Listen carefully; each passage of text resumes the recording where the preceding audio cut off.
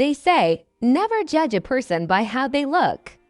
Because sometimes the richest hearts wear the poorest clothes.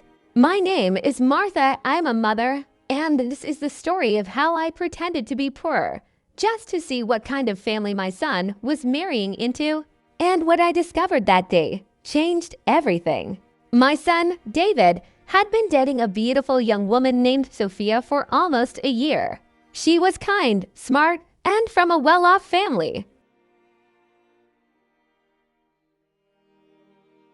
But when I learned that her parents wanted to meet the mother, something in me grew nervous. Flashback, Martha sitting in her small kitchen, looking at a faded photograph of her late husband. We were never a rich family. After my husband died, I worked as a cleaner, sometimes even skipping meals so David could study. He became successful, a software engineer with his own apartment. But me, I still lived simply, in our old home with leaky pipes and fading walls. David, Mom, please dress nicely tomorrow. Sophia's parents are a little particular. I smiled and said, don't worry, son, I'll look my best.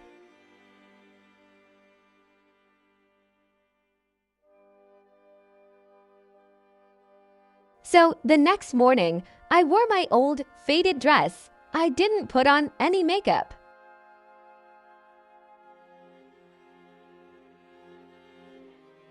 When I arrived at the restaurant, I saw Sophia's parents sitting at a fancy table.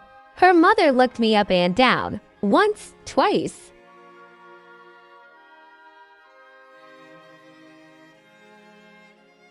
I smiled. Yes, ma'am. It's lovely to finally meet you. She didn't smile back. Instead, she whispered something to her husband.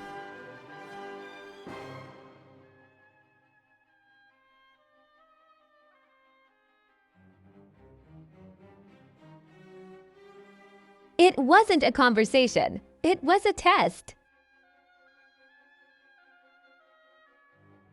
Oh, I'm sure she just had water. Those dishes are quite expensive.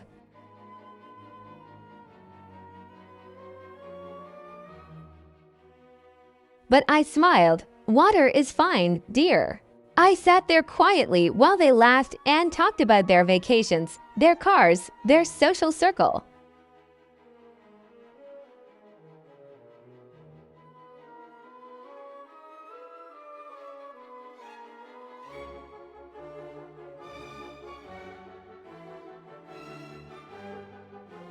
Good evening, everyone, he said. I'm from Harrison Foundations. We wanted to thank Mrs. Martha for her long years of charity work. Sophia's mother froze. Charity work. The man smiled. Yes, ma'am, Mrs. Martha has sponsored over 40 orphan children over the last decade.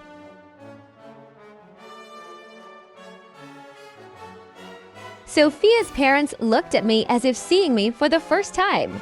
Sophia's father softly, we had no idea. I smiled kindly. That's because I never did it to impress anyone. After that evening, everything changed. Sophia's parents began calling me, visiting me, inviting me for dinners. But I never mentioned what happened that day in the restaurant. A few months later, at the wedding, Sophia's mother hugged me with tears in her eyes. She whispered, I'm sorry for judging you. You're the kind of woman I want my daughter to learn from.